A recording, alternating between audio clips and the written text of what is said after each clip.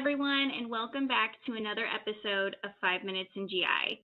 Today, I am so happy to welcome Dr. Elizabeth Barba, who is not only one of IFFGD's junior academicians, but is also a gastroenterologist at Hospital Clinic in Barcelona, Spain. So I just want to take a moment to thank you for being here with us today. Thank you, Eliza, for your kind introduction. So today's question is, what are the treatments for abdomino-phrenic dyssynergia when abdominal distension is present?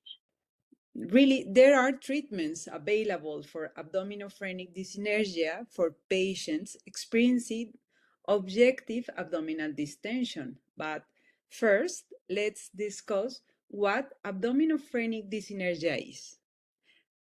Chronic bloating and abdominal distension are common, quite common, and highly bothersome gastrointestinal symptoms typically associated with disorders of the gut-brain interaction, also known as DGBIs. For that, patients experiencing abdominal distension often attribute these symptoms to gas. But in scans, we have shown that increases in gas, but is not enough to explain the increase in abdominal perimeter associated with the distension.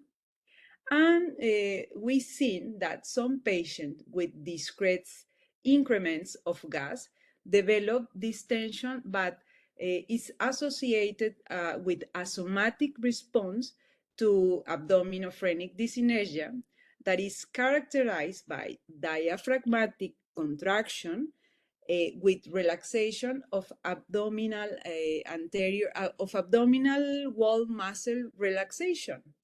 For that, abdominal distension in these patients is driven by paradoxical contraction of the diaphragm and relaxation of specifically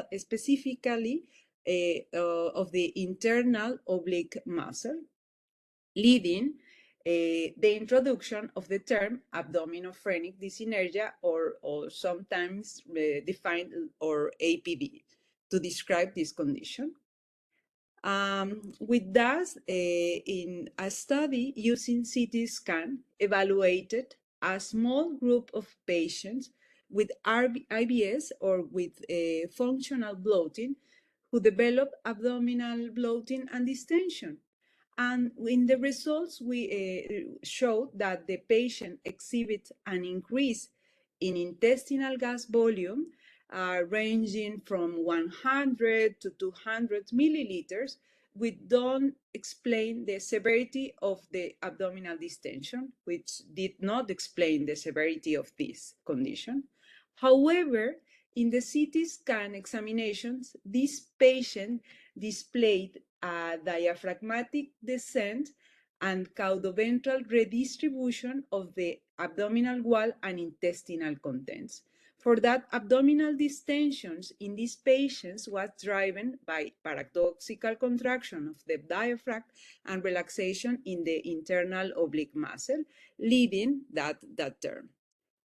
With that findings, the treatment of abdominophrenic dyssynergia especially is with biofeedback techniques.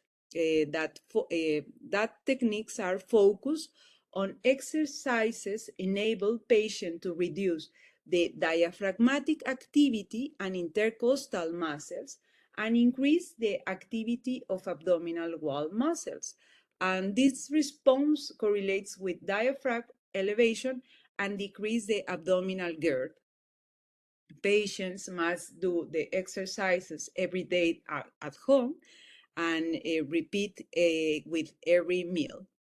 Another part, especially in patients with hypersensitivity, visceral hypersensitivity, if it is present, to avoid a somatic response that trigger the APD, it's better use together neuromodulators treating to block pain and reducing the bloating, discomfort, and swelling. I just want to recap that for everyone because that was a lot of information, and I think that it's very important for patients to understand that abdominophrenic dyssynergia is a little bit different than your typical patient that's experiencing bloating, because in this case, even though gas is present, it's not essentially causing the distension to occur. Yes, that's correct. The term abdomino really means that it's your abdomen. The phrenic is referring to your diaphragm, and the term dyssynergia is really when those two things are not correlating properly together. That is all the time that we have for today. Please don't forget to hit that subscribe button. And as always, if you have any questions after watching this video, please feel free to leave it in a comment below, or feel free to email us directly at iffgd@iffgd.org, and we'll do our best to answer your question in another episode of 5 Minutes in GI.